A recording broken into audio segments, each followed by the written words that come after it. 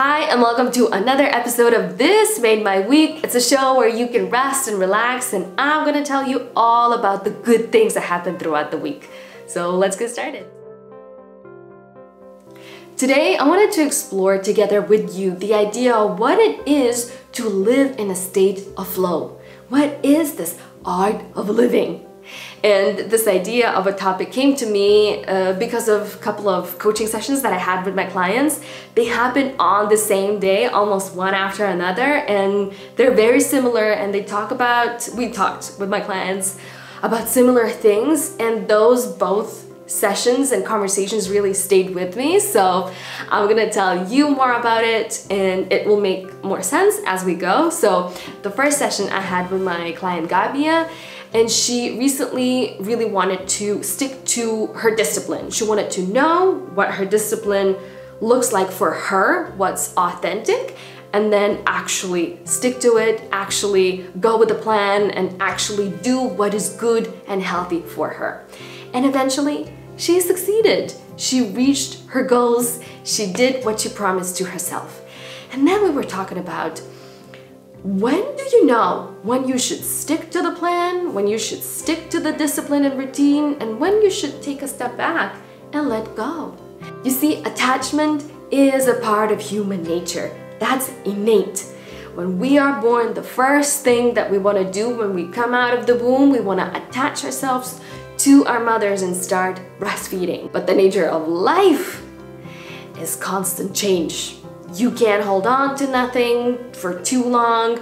You cannot make plans. You cannot be certain. You can't really have any control because life is all about change. You had a thing in your hands one moment and then another, poof, it's gone. That is why life is suffering. We want to attach and life says, let go. So it's the same with the discipline. We can have it, we can prepare it, we can make a plan, but there comes a time when we have to take a step back, be very flexible and bendy and say, okay, I'm releasing it in this very moment. How do you know when to stick to the plan and kind of push yourself through it, or when to surrender and let go? And my answer is always the same. Check in with the body. You see, the discipline is already prepared. You prepared it in the past, you thought about it in the past, you made the plan in the past, so it's kind of already gone. Whereas your body, you exist in the now. So it keeps sending your signals right now for what you need in this very moment. But there's a difference listening to the body and listening to the mind, because mind will get very loud and very activated, and it'll tell you all the stories and beliefs and your biases that you know already and that you're so used to. So it's not about the mind, but attuning to what is happening inside of you. So if you want to work out, let's say you have this kind of discipline for yourself, really check in with the body and just notice, is there some discomfort? Are there any pains and aches that need to be attended first? Maybe there's some kind of anxiety present that wants your nurture. Maybe there's hunger. So that's your answer. Stick to the body, attune to yourself, and listen to those physical sensations and this inner wisdom and knowing without facts. The body will tell you, and it will lead you, and it will guide you towards this flow and dance.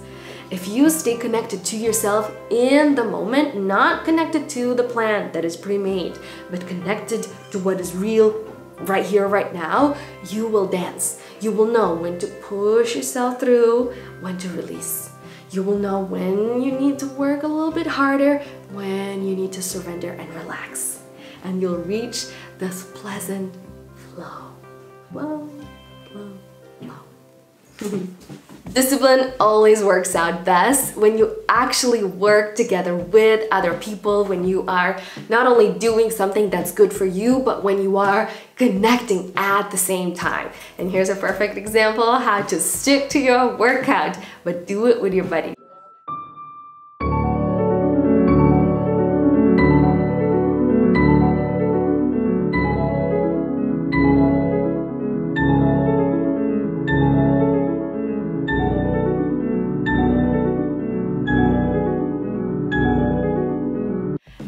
Discipline is a tool that is supposed to help us thrive, not a tool to punish ourselves.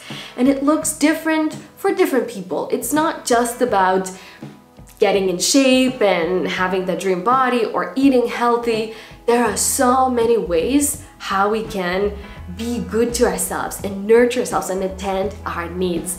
My beloved website and source of information for these videos, shout out to Positive News, ask their readers the most empowering changes they have ever made in their lives, and these are the answers. I love them so much. I wanted to share them with you also, so here they are. Finding community. Jazz from Worthington, UK says, joining a community that shares my concerns and my hopes. I've done this throughout my life at different times with different groups, but right now it's my local permaculture farm. When you feel powerless, find others. Doing this has helped me make new friends, recognize and grow my skills, improve my mental health, and let me know I'm not alone. Leaning into the light. I choose to respond to the negativity by recognizing the good in the world and doing what I can to help make things better. Sam from Essex, UK, right? Sam, yes, I'm right there with you, and I can agree. Having the discipline of making these videos, showing up here every single week and spreading good news, and for me, myself, also learning about good things that are happening in the world has already been life-changing. Being vulnerable. Our culture teaches us to be independent and focus on ourselves. I found that the most empowering change I've made is to notice when I'm stuck in this thinking and feeling awful, than to reach out for help. The amazing connections and moments of beauty and vulnerability that have come from it have been life-changing. George from New Zealand. Taking action. I've been helping planting trees in my community, writing to my MP to create laws that would help with climate change. I'm actively searching ways to make home more energy efficient and reduce my CO2 footprint. I'm signing petitions to show politicians that I'm not happy about. Before, I would just talk to friends.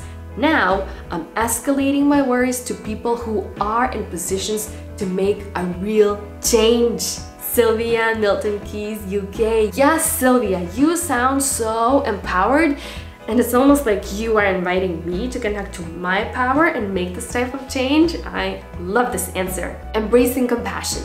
Transforming my attitude from anger to compassion has given me a calmer and kinder outlook. Compassion may not change your situation, but it will change you. This is beautiful, and it comes from Courtney, Rhode Island, USA. I smiled the first time when I read those answers. I'm smiling right now. This feels so good in my body to read everything that people just shared. I feel very grateful, very empowered, and I know exactly what kind of discipline I want to implement into my life. Now, I don't know about you, but me, in the past, I used to really be afraid of discipline. It always felt like constricting, controlling, like it's too much, it's overwhelming, so I've kind of, I used to go with the flow more.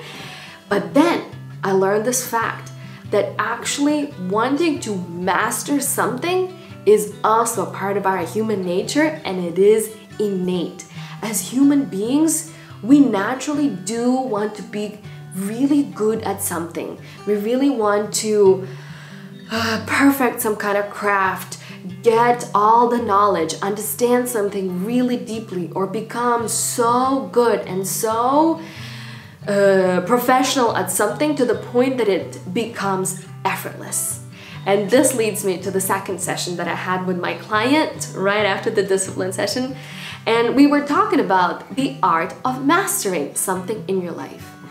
And here's the tricky part about mastery.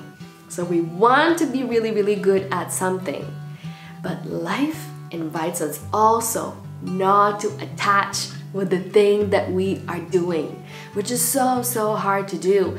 We work really hard and we revisit and we try to perfect something, and then life says, this is something that you do, but you are not it. I am not a YouTuber. I do make YouTube videos. I am not a singer. I sing. I am not a life coach, but I do provide life coaching services to the people. And the better you become at something, the more difficult it is to let it go. But that's the nature of life. And the point is to choose something that you genuinely love and you do it for the process. You don't do it for the end result. You do it because you love it in the moment. Do let me know in the comments what you are mastering at the moment and maybe finding difficult to let go.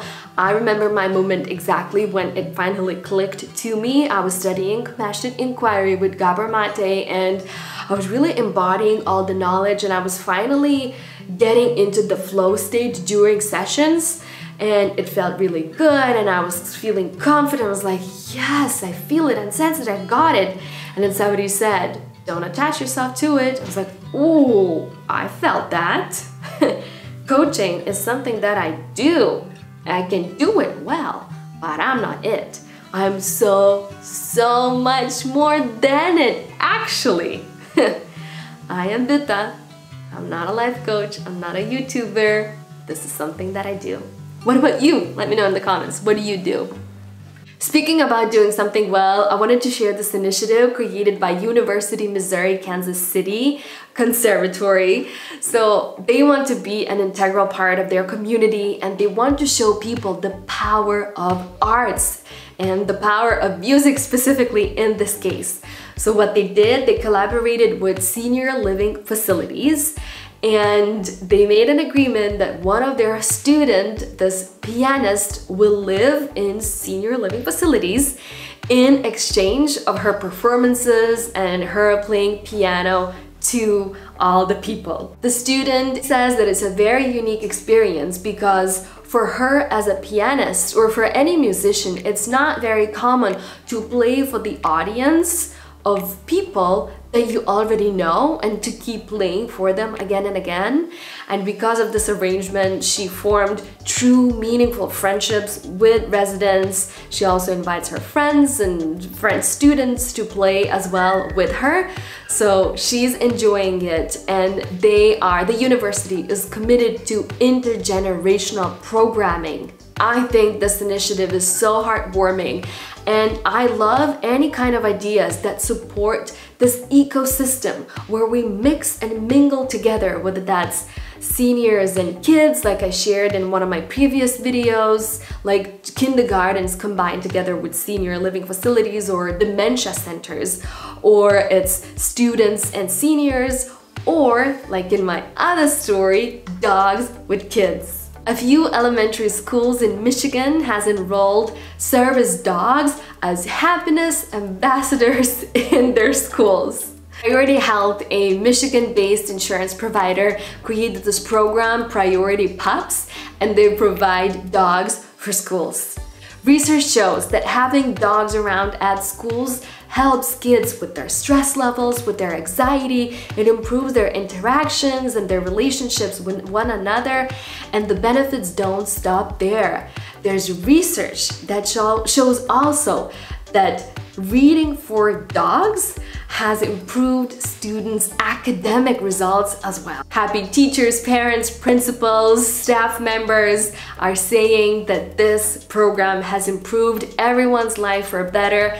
The happiness levels have increased, and I am in love with this program, and I'm all for it. Yes to dogs, to any pets. At schools, at hospitals, at nursing facilities, we have to live in this ecosystem where we are all together. We are mixing and mingling because we can't live without one another. We must coexist and do it in perfect harmony. When we do, whoop, we're happy.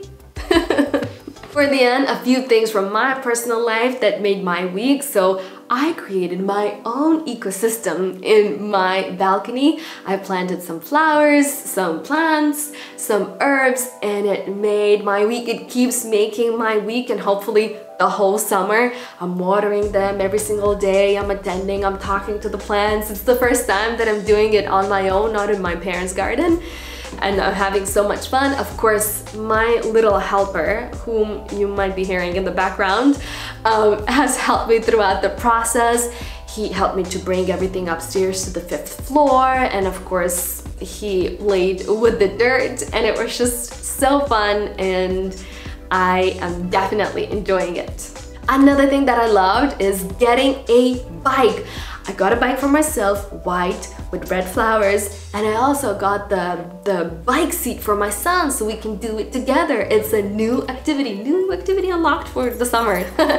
Luckily, he enjoyed it as well because I wasn't sure how he's gonna react to wearing the helmet and sitting at the back and seeing only my back, but he seemed to enjoy it. And then whenever we go to the park, when we walk, he goes to other people's bikes and he keeps inviting me to ride them. So yes, this summer many adventures awaits us, and I could not be happier about becoming a bike mom. This weekend also my parents came for a visit, and my sister flew actually from England, UK, because she had a friend's wedding to attend. So we did her hair at my apartment, we dolled her up, she looked fabulous. How gorgeous is my sister? Look at her. And we had such a lovely time. We made a cold soup, šaltibarščiai. It's almost like our national dish here in Lithuania. I'm very good at making šaltibarščiai, not to brag, but they're the best always. Like, I make the best šaltibarščiai. If you want to challenge me, challenge accepted. Let's... Then my parents joined us the next day and we went out to eat. I also say the same thing. I just love and adore seeing my parents together with my son and their relationship unfold, having their own unique, authentic, you know, friendship, connection.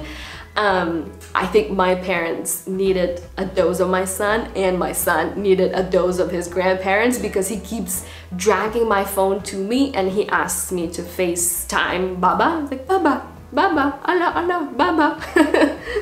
So they finally came over and we had the best weekend, and I feel very nourished, very loved, very connected, and it totally made my week. I'm gonna end this video here. Thank you so much for tuning in, and as always, gifting me your precious time. I'm eternally grateful, and I'd love to hear a little bit more from you. So send me your good news.